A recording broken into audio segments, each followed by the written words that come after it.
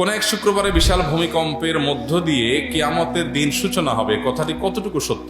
ইসলামের আলোকে বুঝিয়ে বলবেন। জি, কিয়ামতের দিন, মহাপ্রলয়ের দিনটি থাকবে শুক্রবার। এটি বিশুদ্ধ হাদিসে বর্ণিত হয়েছে, নবী সাল্লাল্লাহু আলাইহি ওয়াসাল্লাম থেকে সুসাব্যস্ত হয়েছে। শুক্রবারের ফজিলত সংক্রান্ত একটা হাদিসে জুমার দিনে কি কি হয়েছে এবং কি কি হবে সেগুলো বলতে গিয়ে একটা পর্যায়ে দিনদার পাত্রপাত্রীর সন্ধানে ভিজিট করুন orthicdin.com।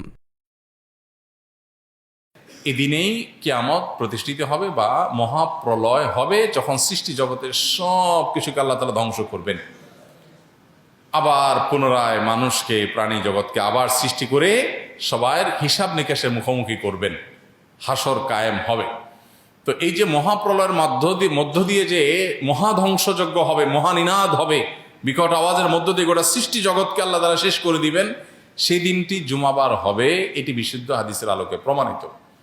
এখানে একটা সূক্ষ্ম প্রশ্ন তৈরি হয়, সেটা হলো, জুমার দিনে গোটা দুনিয়া ধ্বংস হবে, এটা হাদিসে আছে, অথচ গোটা পৃথিবীর সব জায়গায় একই দিনে জুমার দিন হয় না।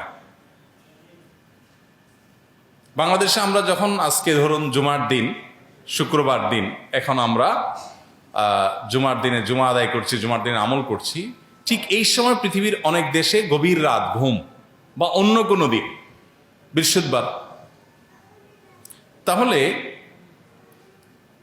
যখন কিয়ামত একই দিনে হবে গোটা পৃথিবীতে, বার তো একইটা থাকবে না, তাহলে সেখানে তো শুক্রবার না, সেখানে কেমনে কিয়ামত হবে?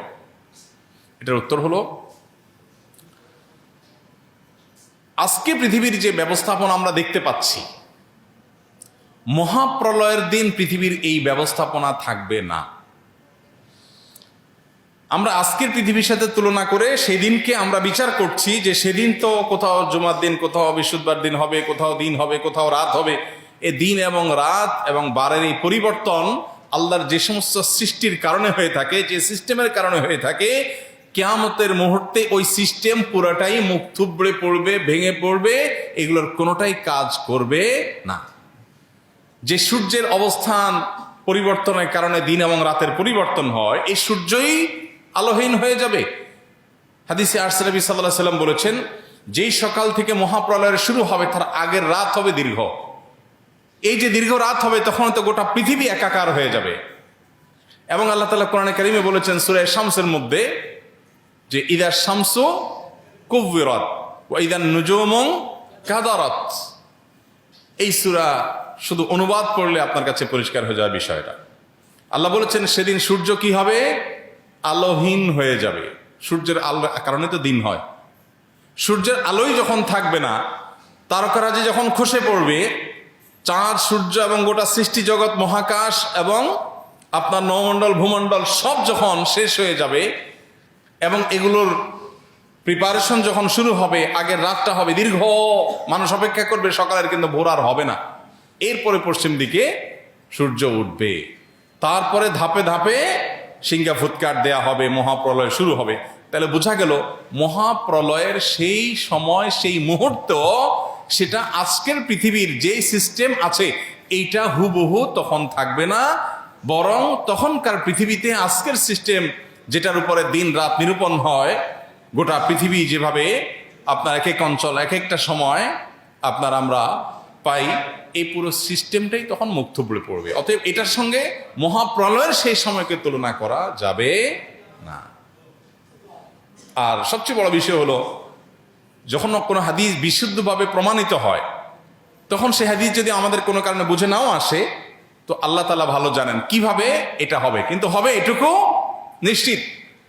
আমার বুঝে নাও আসতে পারে, না আসলেও আমার ঈমানের জায়গা হলো যে হাদিসে নবী সাল্লাল্লাহু আলাইহি ওয়াসাল্লাম বলেছে এটা হবে, তাহলে হবে। অনেক কিছুই তো আমাদের বুঝে আসে না। 1450 বছর আগে নবী সাল্লাল্লাহু আলাইহি ওয়াসাল্লাম অনেক কিছু বলেছে যেটা আমাদের বুঝে আসে না। একটা পর্যায়ে আল্লাহ তাআলা বলেছেন ওয়া ইয়াখলুকু মা লা তা'লামুন।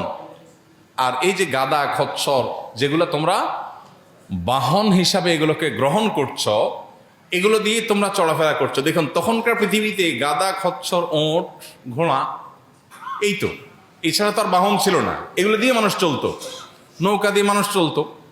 আল্লাহ বলছেন ওয়ায়াখলুকু মা লা তা'লামুন, বাহন হিসাবে আরো অনেক বাহন সৃষ্টি হবে যেটা তোমরা জানো না। তাহলে এখন সেই বাহন, বাস, ট্রাক, বিমান, বিভিন্ন রকমের বাহন তৈরি হয়েছে কি হয় নাই? 1450 বছর আগে আল্লাহ তাআলা যখন এই আয়াত নাজিল করেছেন, তখন কি সাহাবীদের কাছে এটা পরিষ্কার ছিল? তারা তো দেখছেন যে ঘোড়া, গাদা, খচ্চর, ওঁট, এই তো নৌকা, এগুলোতে তো মানুষ চড়ে, এগুলোই তো বাহন। আল্লাহ বলছেন ওয়াখলুকু মা লা তা'লামুন, আরো অনেক বাহন তৈরি হবে, আল্লাহ সৃষ্টি করবেন মানুষের মাথায় সে বুদ্ধি, বিবেচনা, জ্ঞান দিয়ে পৃথিবীতে বহু বাহন আরো হবে যা তোমরা এখন জানো না। তো এরকম কোরআনের বহু বিষয় যখন নাজিল হয়েছে তখন বুঝে আসে নাই। সাহাবীরা তো বলে নাই, না মাথায় ধরতেছে না, মানলাম না, তা তো বলেন নাই। অতএব কোরআন বা সুন্নাহ যদি কোনো কিছু বলে, সেটা যদি কোরআন সুন্নাহর কথা হিসাবে সুসাব্যস্ত হয়, তাহলে সেটা ক্লিয়ার, আমার বুঝে আসুক বা না আসুক, আল্লাহ আলাম। এরপরে প্রশ্ন হলো,